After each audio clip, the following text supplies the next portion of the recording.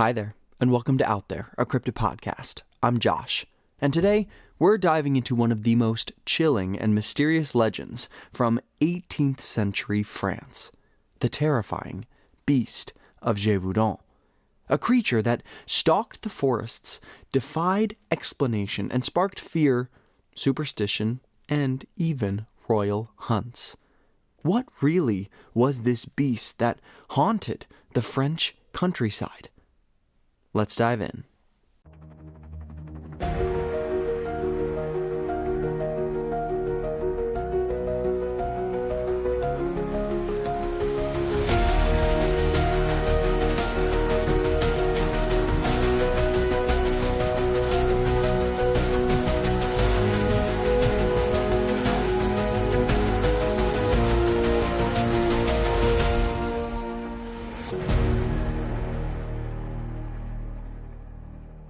We'll get into the Beast of Gévaudan right after this. It's the mid-century in rural France, long before the Revolution, long before electrical light, long before wolves were a rarity in the world.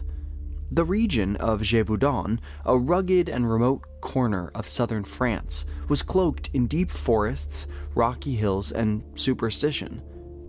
Most people here were peasants, living off the land, scraping by with farming, and tethered tightly to the rhythms of the church and the seasons.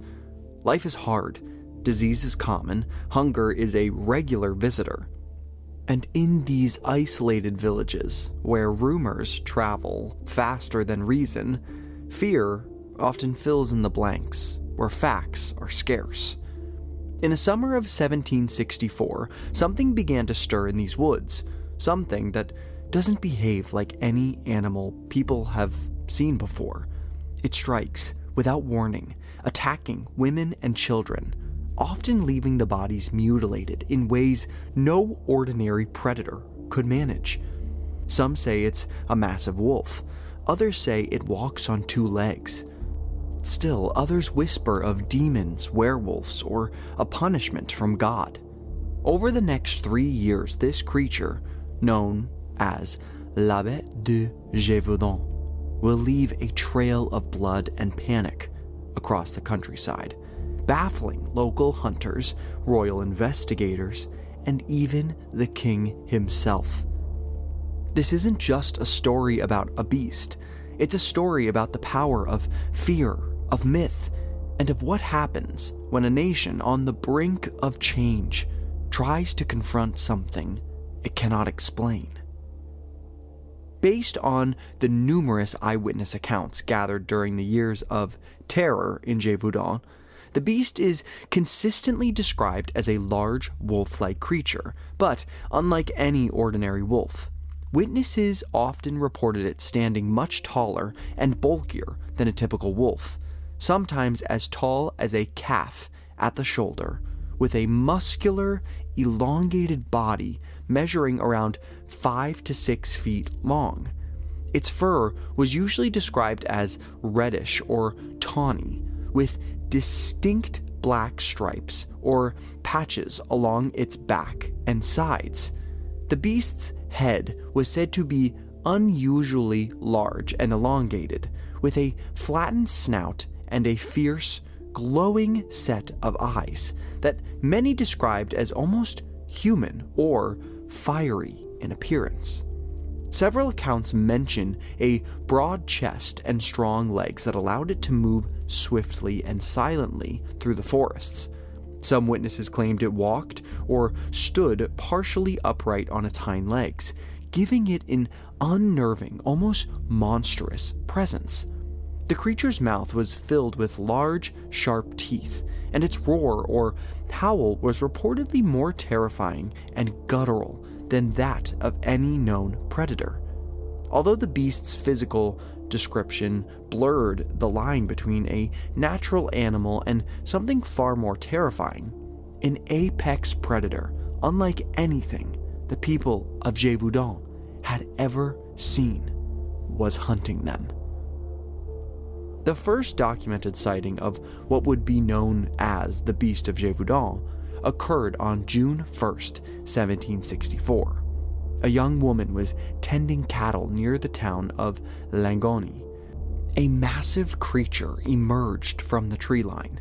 Descriptions would later say it looked like a giant wolf, but much larger, with a reddish coat, black stripes, and an oddly elongated head. The beast charged, but the woman's herd of bulls surprisingly rallied around her, driving the creature off before it could strike. She survived, but word of the encounter spread quickly, stoking an unease in a region already steeped in folklore. It might have ended there, dismissed as a fluke encounter with a wild animal, but less than a month later, the first body was found, and then another, and another. Whatever this thing was, it had only just begun. On June 30th, 1764, the fear became real. 14-year-old Jeanne Bolette was walking near the village of Les Huberts when she was attacked and killed by what witnesses described as a monstrous beast. Her body was discovered mauled beyond recognition, her throat torn out, consistent with a predator's kill. But the brutality suggested something far more aggressive than a typical wolf. Jeanne's death is widely considered the first official fatality attributed to the beast of Gévaudan. Unlike the earlier encounter, this time there were no bulls to drive it off, no witnesses to scare it away. Just a young girl, alone in the woods, and something watching from the shadows. And this was only the beginning. Over the next 3 years, the beast is believed to have attacked more than 100 people, killing between 60 and 100, mostly women and children. Even with the uncertainty of record keeping at the time, the scale was unprecedented and left entire villages paralyzed with fear. Just over a month later, on August 8th, the beast struck again, this time in the village of Magégine. Another 14-year-old girl was found dead, her body savaged in a manner eerily similar to Jeanne's. The consistency of the attack, targeting a young, unarmed victim in an isolated area, cemented the growing fear that this was not the work of a lone, rogue wolf, but something far more sinister. Panic began to ripple through the region. Parents kept children indoors, travelers moved in groups, and whispers of supernatural creatures began to replace rational explanations. With the second victim dead, under such violent circumstances, the people of Gévaudan were no longer just frightened. They were convinced they were being hunted. On October 8th, in 1764, the beast's boldness reached a new level. It attacked a herdsman near the Château de la Bonne, a location close enough to nobility to draw heightened attention. But this time, the creature didn't go unchallenged. Local hunters were nearby and quickly took up the chase. Shots were fired, some claimed they hit their mark, but the beast did not fall. Instead, it fled into the dense wilderness, seemingly unfazed by the musket fire. The encounter fueled the legend even further. Not only was the creature vicious, it now appeared bulletproof.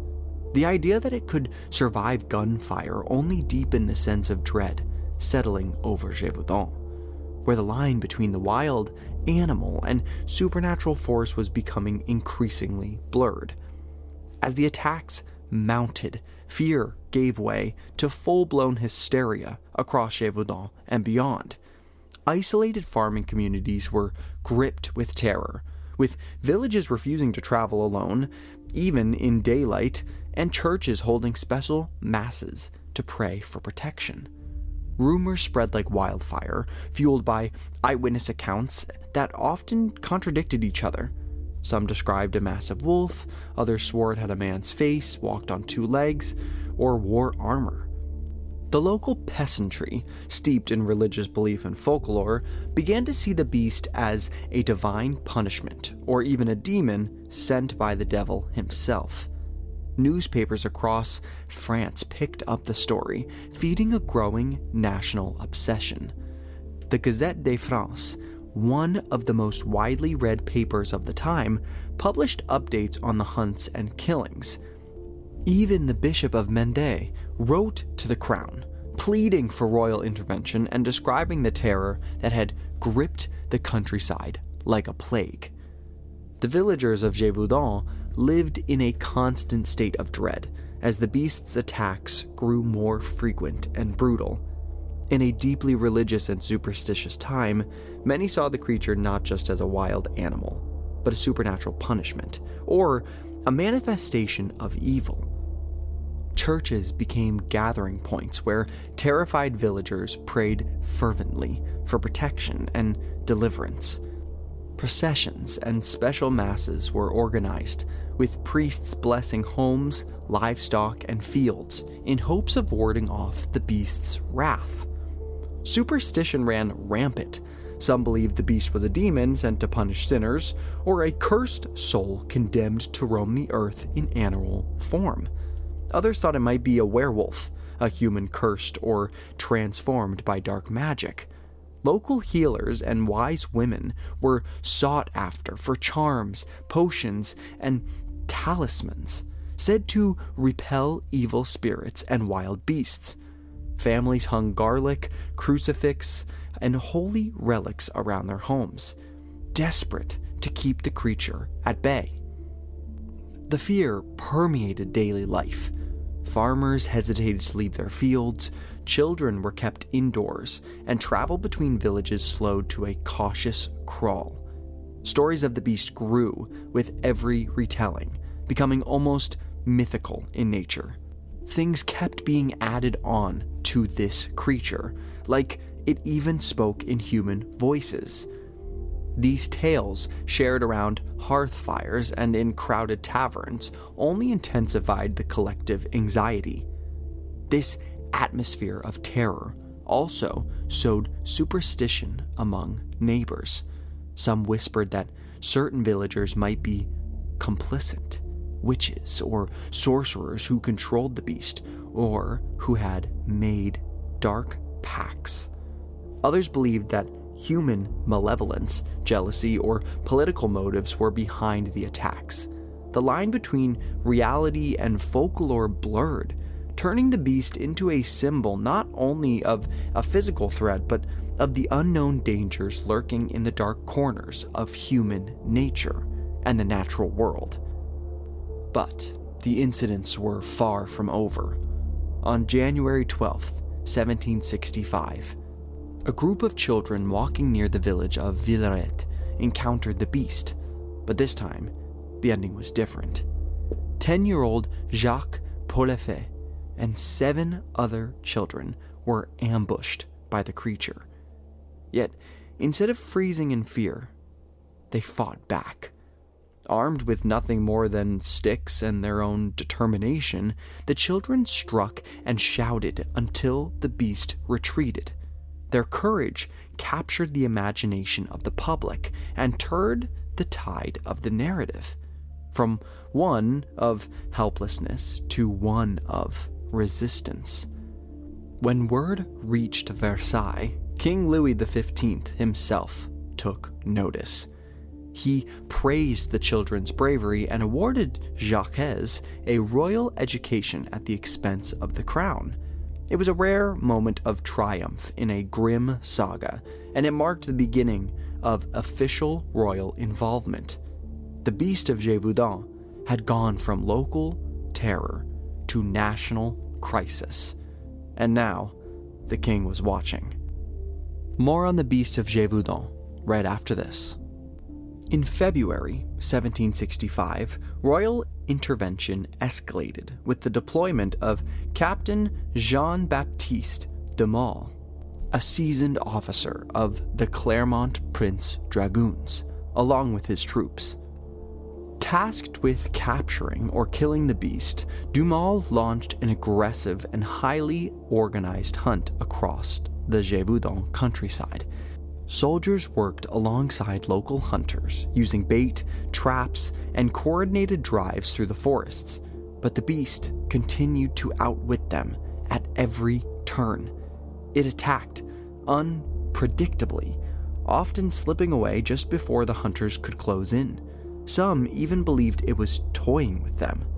As weeks passed with no success, frustration mounted.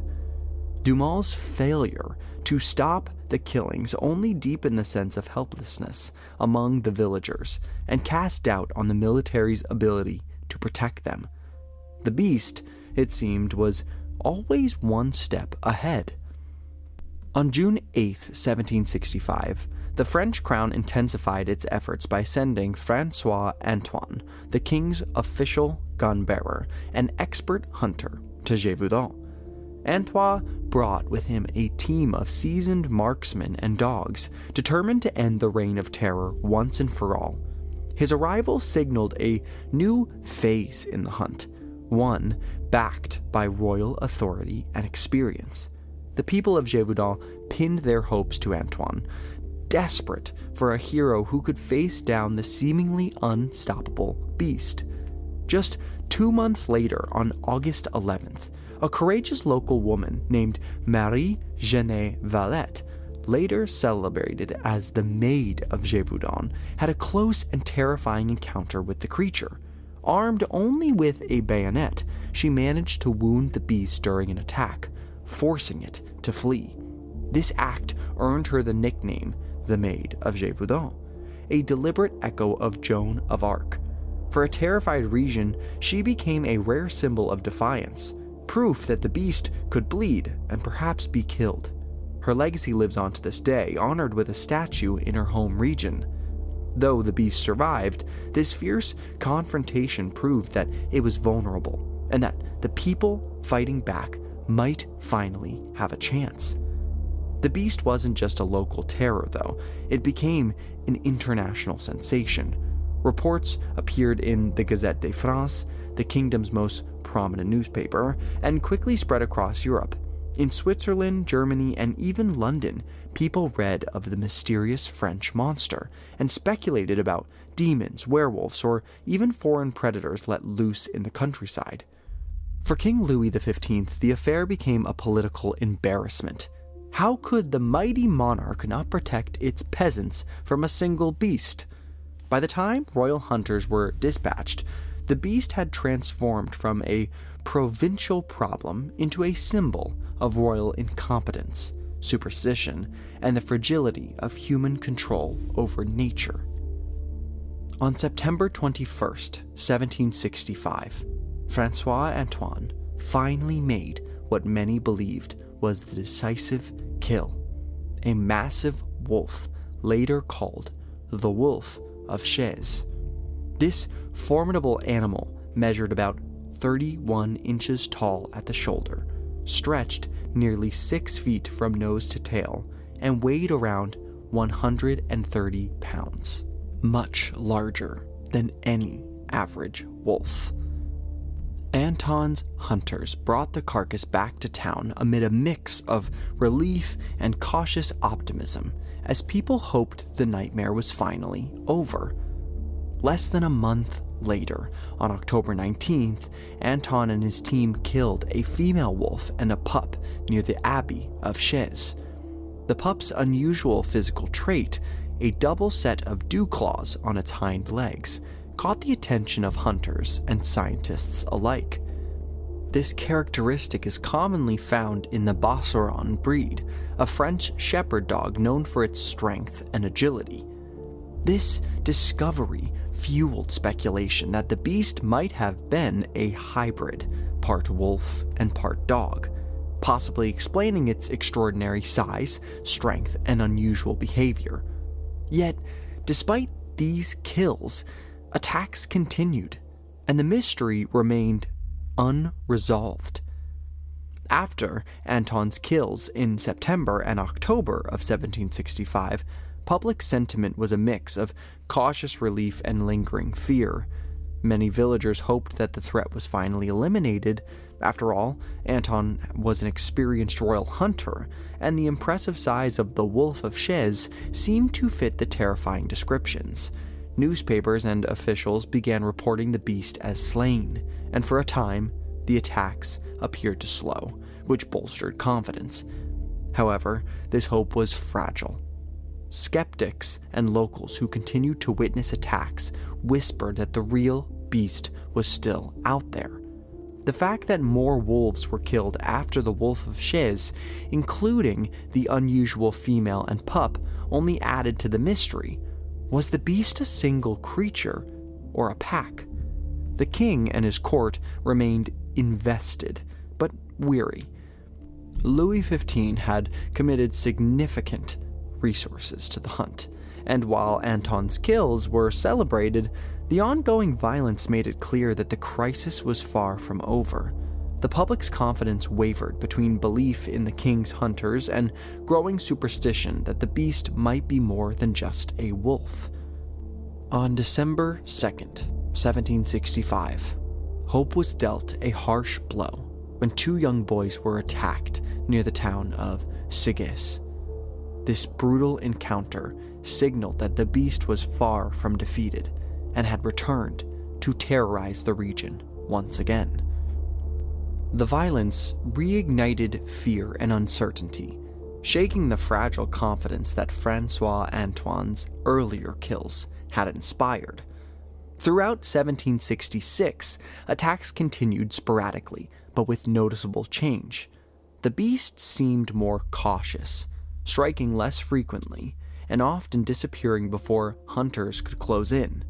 This pattern suggested an increasingly weary predator, one adapting to the relentless efforts to capture or kill it. The people of Gévaudan lived in a tense state of vigilance, never knowing when or where the beast might strike next. Despite dwindling numbers, the threat remained very real, keeping the legend alive and the region gripped in terror. On June 18th, 1767, tragedy struck once more when 19-year-old Jean Bastide was killed near Les Binières, reminding everyone that the beast's menace had not yet ended. The very next day, during a hunt organized by Marquis d'Abcher, a local hunter named Jean Castille shot and killed a large animal believed to be the beast. Some claimed Castille had loaded his musket with bullets blessed by a priest. Others whispered that the divine providence had guided his aim. The villagers, desperate for closure, hailed him as a hero. The carcass was taken to the Château de Basquy, where a necropsy suggested it was a massive wolf, or perhaps a wolf-dog hybrid. Whatever it was, the attacks stopped immediately afterward, and for many, that was proof enough. The nightmare was over. Remarkably, after this event, no further attacks were reported in Gévaudan. The killing by Jean Castille is widely regarded as the definitive end to the beast's reign of terror.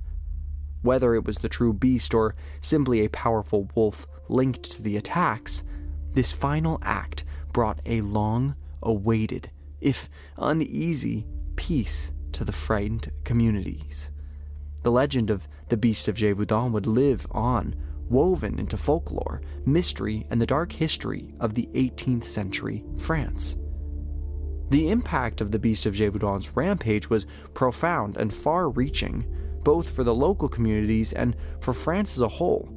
At the most immediate level, it brought widespread terror to a deeply rural and isolated region, disrupting daily life and sowing distraught and paranoia. Farmers feared tending their livestock, parents kept children indoors, and villages were shrouded in fear and suspicion. The attacks exposed the vulnerabilities of rural communities in the face of nature's unknown dangers, and underscored how quickly fear could spiral into superstition and hysteria. Beyond the locals, the beast became a national obsession, since King Louis XV mobilized the royal forces to intervene. This was a rare occurrence that revealed the limits of state power and the importance placed on maintaining order and safety, even in the most remote corners of the kingdom. The extensive hunts, the involvement of aristocrats, and the flood of reports in newspapers turned the beast into a symbol of both human courage and the mysteries that lie beyond reason and control. Culturally, the Beast of Gévaudan entered French folklore as a legend of terror and the unknown, inspiring countless stories, studies, and theories that persist to this day. Its legacy highlights how a single, terrifying threat can capture the collective imagination, blurring the lines between fact and myth, natural predator and supernatural menace.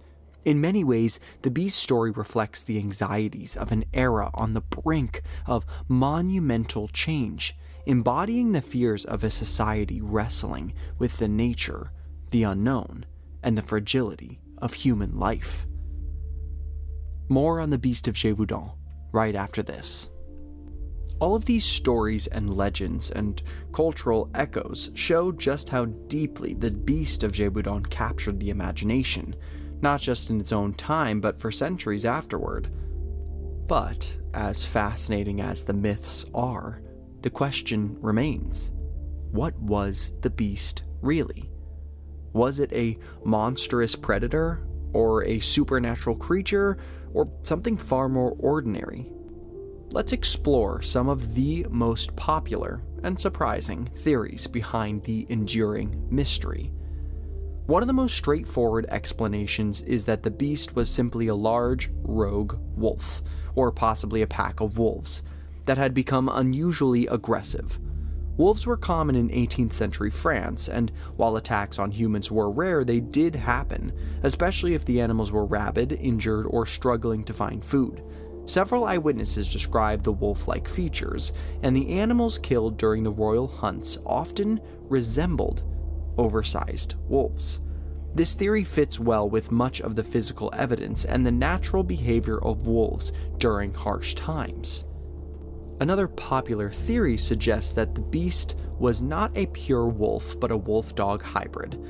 Some of the carcasses found during the hunt showed physical traits that don't fully match wild wolves, but are consistent with breeds like the Beauceron, the large French shepherd dog known for its strength and intelligence.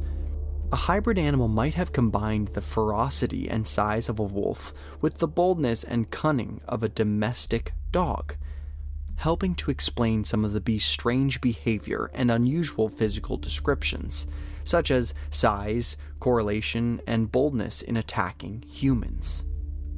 Some speculate that the beast was an exotic or escaped animal, possibly a large carnivore not native to the region. This theory includes possibilities like an escaped hyena, a lion, or some kind of trained beast used for hunting or entertainment that got loose. While this idea is intriguing and could explain the unusual stripes and size reported, there's no solid historical evidence to support it. Still, it captures the imagination and helps explain the beast's almost otherworldly nature in the minds of contemporaries. A similar explanation suggests that rather than a single creature, the attacks could have been committed by multiple animals, working independently or coincidentally during the same period. This could mean a pack of wolves, hybrids, or other predators roaming the region and attacking livestock and humans alike. This theory explains how attacks continued even after some animals were killed, and why reports varied so much across different locations and times. More controversially, some have proposed that humans were behind the attacks, either one person or a group, using trained dogs or disguises to carry out assaults on villagers.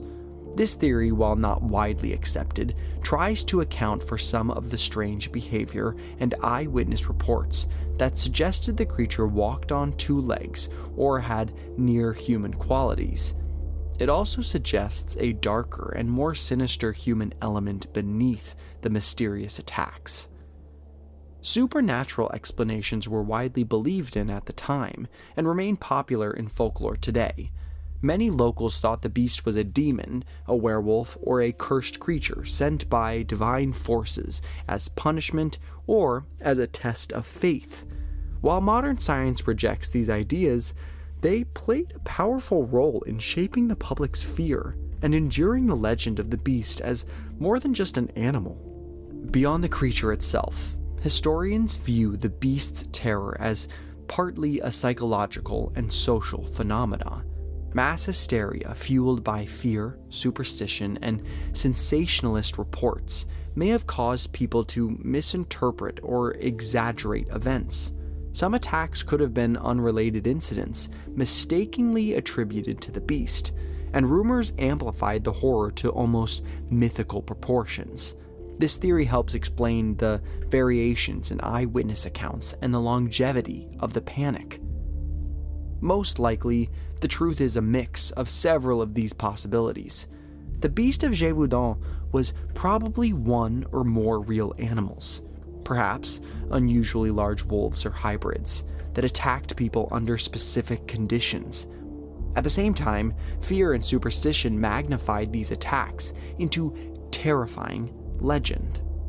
The royal hunts reduced the threat, but didn't immediately stop all instances, and the story grew to embody the anxieties of a society struggling to understand and control the wild forces around it. The legend of the Beast of Gévaudan has left a lasting mark far beyond the remote forests of the 18th century France. Its story has inspired countless works of literature, from chilling Gothic novels to modern horror fiction. Writers have been drawn to the terrifying blend of nature and the supernatural embodiment of the beast, weaving its tale into stories about werewolves, cursed creatures, and blurred the line between human and beast. In fact, the Gévaudan attacks played a significant role in shaping the werewolf myth as we know it today, melding real animal attacks with supernatural fear to create the archetype of terrifying beasts, half human, half creature, prowling the night. This legend helped popularize the idea of transformation, curses, and the idea that a beast could possess both animalistic savagery and human intelligence, themes that have become staples in folklore and media. Cinema and television have also embraced the beast's mythos. It has appeared as a central figure or interpretation in horror movies and period dramas. In 2001, French film Brotherhood of the Wolf reimagined the legends with martial arts, conspiracies, and secret societies. Elements of the beast also echo through series like Penny Dreadful and games like The Witcher, with wolf-like predators. Beyond books and screens, the Beast of Gévaudan continues to captivate popular culture. It features in video games, podcasts, music, and even local festivals in Gévaudan regions, where tourism celebrates the legend with tours, museums, and themed events. The beast's enduring presence in pop culture highlights humanity's ongoing fascination with creatures that challenge the boundary between the natural and the supernatural. It reminds us how legends evolve, fueled by fear and imagination, and how stories from centuries ago can still resonate deeply today. Today, the Beast of Gévaudan remains an important part of the region's identity and heritage.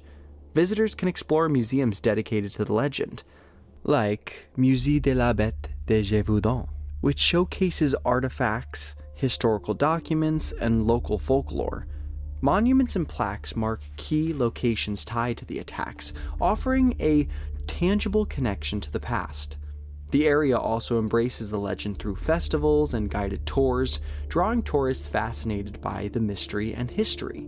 This blend of education, storytelling, and tourism helps keep the beast's story alive, turning fear and tragedy into a source of culture and pride. When it comes to the Beast of Gévaudan, I find myself torn. On one hand, the descriptions and sheer number of attacks makes it feel like it was something more than just an ordinary wolf, a creature almost monstrous in its size, cunning, and brutality. The story hints at something supernatural, or at least extraordinary. But on the other hand, considering the time period, the fear and superstition, and what we know about wolves and hybrids, it's entirely possible that this was simply a very large, unusually aggressive wolf, or maybe even a wolf-dog hybrid, that terrorized the region. What I absolutely love about this story is that it's a true, historical, and very well documented event. Unlike so many cryptid legends shrouded in mysteries, here we have real records, official hunts, and first-hand accounts. Plus, we can see clear ties to the werewolf myths that still fascinate us today. The Beasts of Gévaudan influenced how we imagine werewolves, their danger, their mystery, and the idea of a creature caught between human and beast. For me, the beast remains a haunting mystery, somewhere between nature's wildness and the human imagination, and a fascinating link between history and folklore. So, what do you think? Is the Beast of Gévaudan really out there?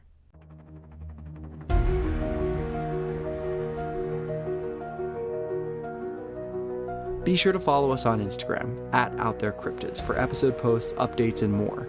Join our community on Discord, where we dive even deeper into the mysteries we explore here on the podcast. The link can be found on our Instagram. And if you're loving the show, consider supporting us on Patreon. As a patron, you'll get exclusive perks like bonus episodes, early access, and even surprises. See you next week.